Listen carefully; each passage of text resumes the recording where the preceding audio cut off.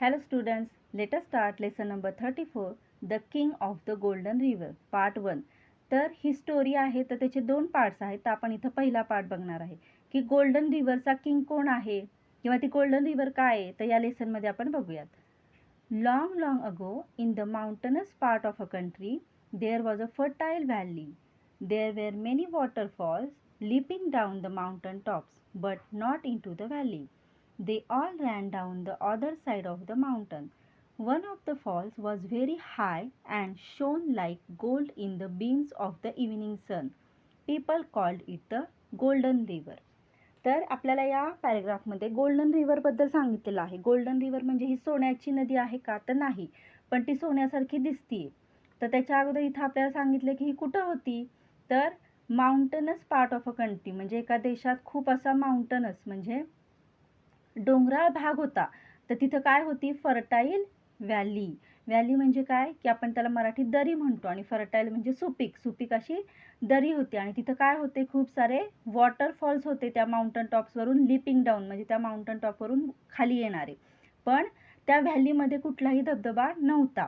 तर तरी पण ती फर्टाईल कशी होती ते आपण नंतर बघूयात. तर हे जे सगळे वॉटरफॉल्स होते तर ते माउंटनच्या दुसऱ्या साईडला वाहत होते, दुसऱ्या साईडला जात होते. आणि त्या सगळ्या वॉटरफॉल्समधला एक वॉटरफॉल जो होता तो खूप उंचावरून खाली पडत होता. आणि जेव्हा इव्हिनिंग सन, संध्याकाळच्या सूर्यप्रकाशांच्या किरणामध्ये, बीम्स ऑफ द इव्हिनिंग सन, ते पाणी कसं दिसायचं, गोल्डन दिसायचं, म्हणून त्याला लोक काय म्हणायचे, golden river. Now, though there were no streams running down to the valley itself, the wind constantly brought the clouds to the valley. Even when the rest of the country was dry, it always rained in the valley. In the valley, the wind and the clouds made the crops green, the hay high, the apples red, the grapes purple, and the honey sweet. People called it Treasure Valley. तर आता इथं आपण व्हॅलीमध्ये तर एक पण तो waterfall नाही आहे, तरी ती का आहे, तर तिथं जे वारं आहे, विंड, तर ते वारं काय आणत होतं, ढग आणत होते. आणि त्या ढगांमुळे त्या व्हॅलीमध्ये पाऊस पडत होता, आणि त्याच्यामुळे तिथली जमीन कशी होती, सुपीक होती, फर्टाईल होती. आणि बाकीच्या कंट्रीमध्ये जरी ड्राय असेल, म्हणजे तिथं जरी पाऊस पडला नाही, तरी या व्हॅलीमध्ये कायम पाऊस असायचा. त्याच्यामुळे तिथं क्रॉप्स म्हणजे पिकं ती कशी असायची, नेहमी ग्रीन असायची. म्हणजे पाणी जर पिकांना व्यवस्थित मिळालं तर ती पिकं खूप छान वाढतात, त्यांचं प्रोडक्शन पण खूप मोठ्या प्रमाणात होतं. आणि हे हाय, हे म्हणजे गवत, की प्राण्यांसाठी सुद्धा तिथं खूप मोठ्या प्रमाणात गवत असायचं. आणि तिथले सफरचंद पण कसं असायचे, छान रेड, आणि ग्रेप्स पर्पल, म्हणजे आपण द्राक्ष बघतो काळी, तर ती अगदी काही काळी नसतात, तर पर्पल म्हणजे थोडीशी डार्क जांभळी अशी असतात, तर तशी ती असायची. आणि ते मध पण कसं असायचं, हनी स्वीट, म्हणजे खूप गोड मध पण तिथं मिळायचं. आणि असं सगळंच खूप तिथे छान होतं, म्हणून लोक त्याला काय म्हणायचे, ट्रेजर व्हॅली, म्हणजे जणू काय खजिनाच आहे त्या दरीमध्ये अशा पिकांचा, फळांचा म्हणून. The treasure valley belong to 3 brothers, Schwartz, Hans and Gluck. The 2 older brothers were big, ugly and wicked. They were good farmers, but they killed everything that was not profitable for them, even little things like blackbirds and hedgehogs and crickets. They did not treat their servants well and gave them only poor wages. They waited till the corn had become very expensive in the market and then sold it for twice its value. They were very rich, but they never ever gave even so much as a penny to the poor. People called them the Black Brothers. तर इथं आपल्याला 3 brothers विषयी सांगितलेलं आहे, 3 भावांविषयी. तर ते कोण आहेत, श्वार्ट्झ, हन्स आणि ग्लूक. तर श्वार्ट्झ आणि हन्स जे आहेत ते कसे आहेत, बिग म्हणजे मोठे, अगली म्हणजे दिसायला कुरूप आहेत ते, आणि कसे आहेत, विकेड म्हणजे दुष्ट, की ज्यांना लोकांना त्रास द्यायला आवडतो.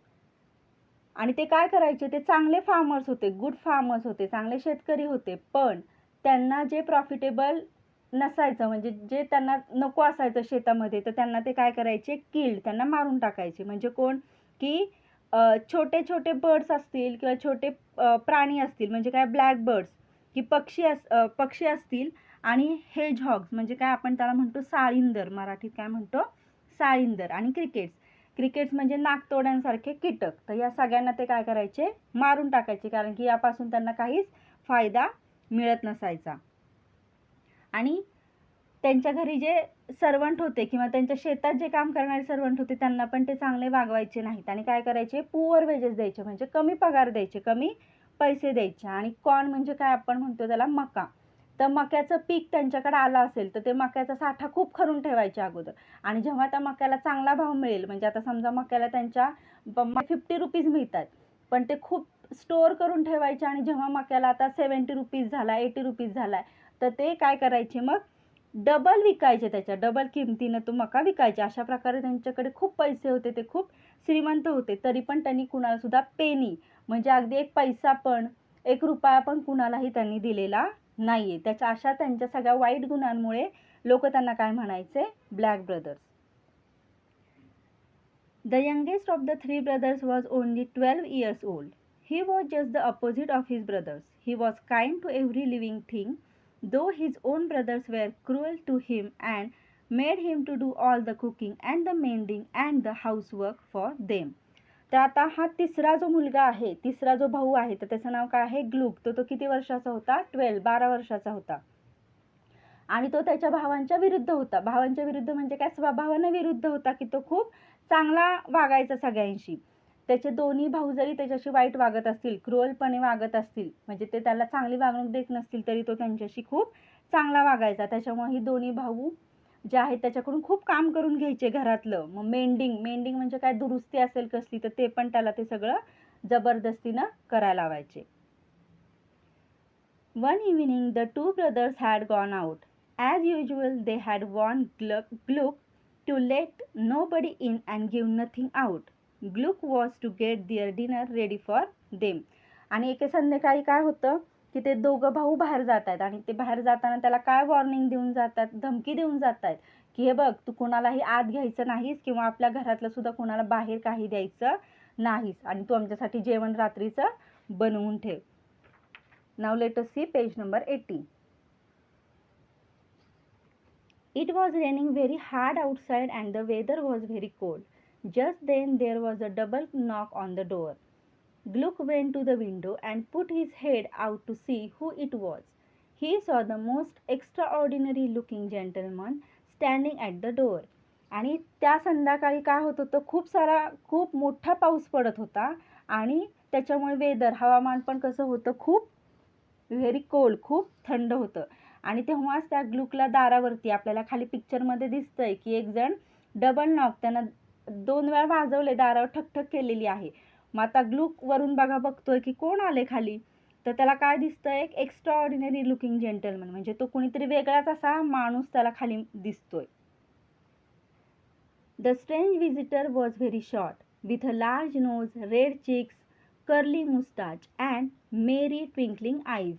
He wore a conical cap as high as himself and a cloak 4 times as long. तर हा जो व्हिजिटर आहे, स्ट्रेंज व्हिजिटर, म्हणजे तो कधीही त्या ग्लुकनं बघितलेला नाहीये.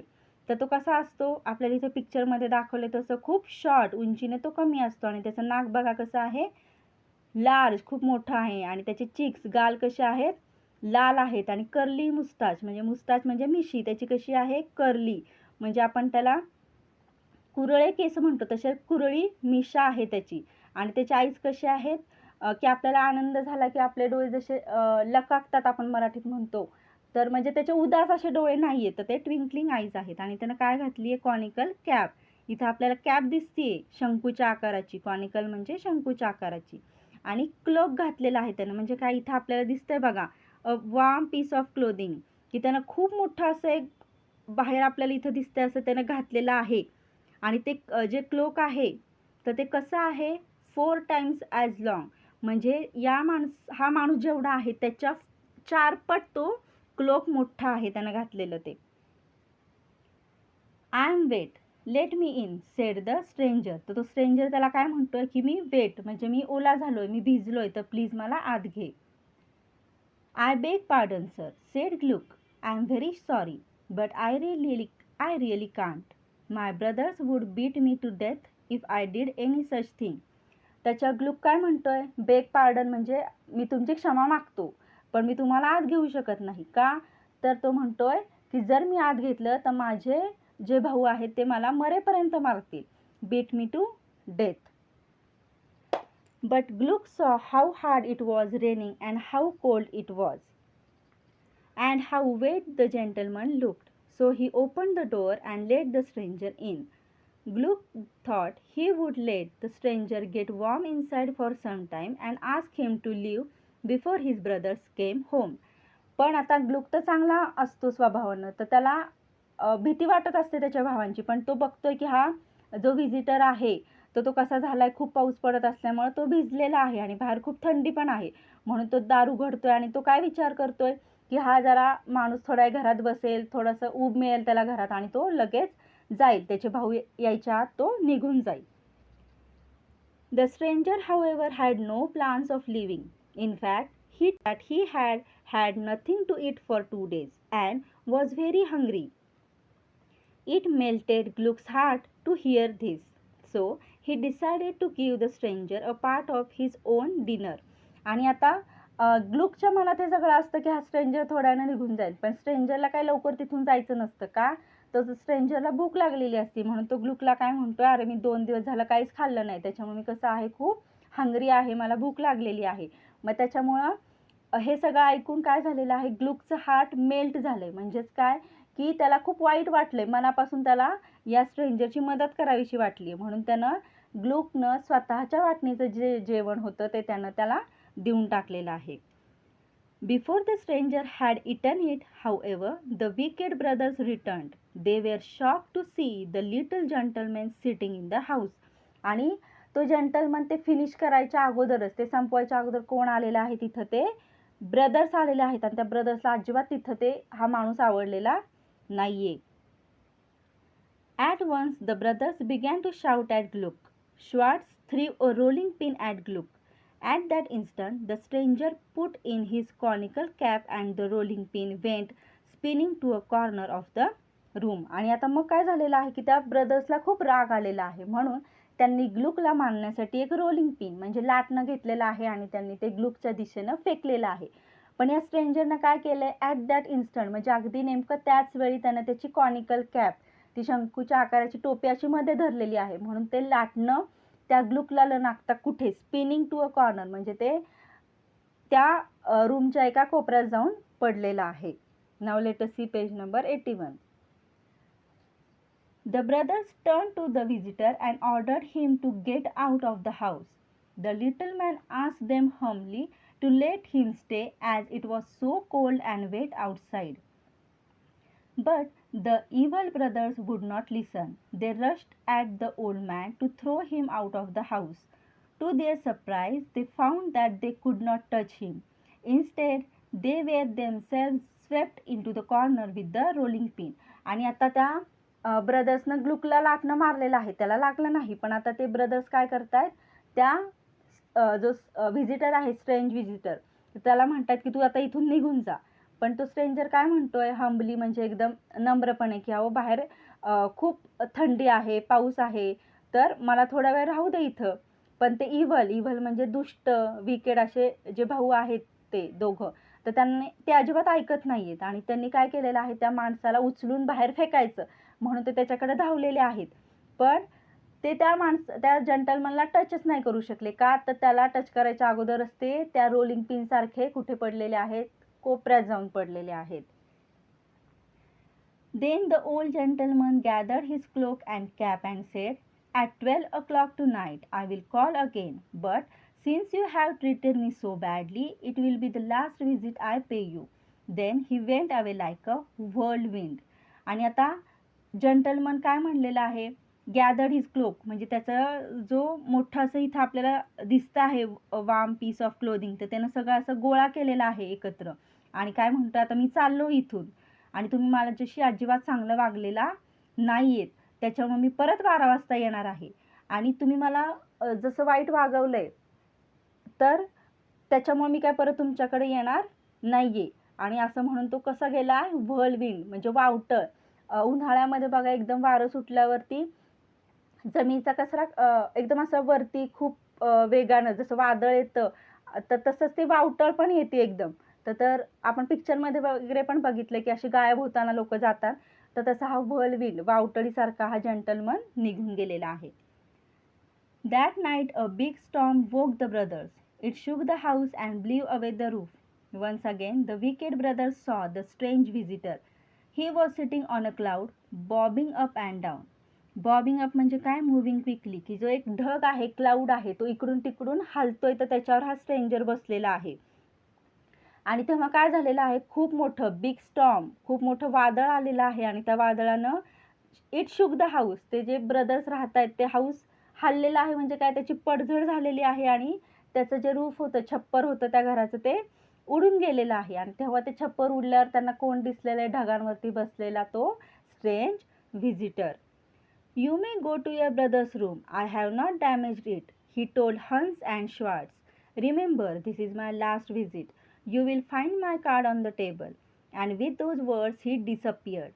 आणि तर तो त्या भावांना काय म्हणतोय, की तुमचं हे जे घर किंवा तुमच्या ज्या रूम आहेत त्या तर कशा झाले, त्यांची पडझड झाली आहे आणि त्याचं छप्पर पण उडून गेले, पण तुमचा जो भाऊ आहे, ग्लूक आहे, तर त्याच्या रूमला मी काही केलेलं नाहीये आणि आता मी परत तुमच्याकडे येणार नाहीये. आणि मी जर कोण आहे माहिती पाहिजे असेल तर माझं कार्ड मी तुमच्या टेबलवर ठेवलंय, असं म्हणून तो काय झाला, डिसअपियर म्हणजे तिथून गायब झालेला आहे.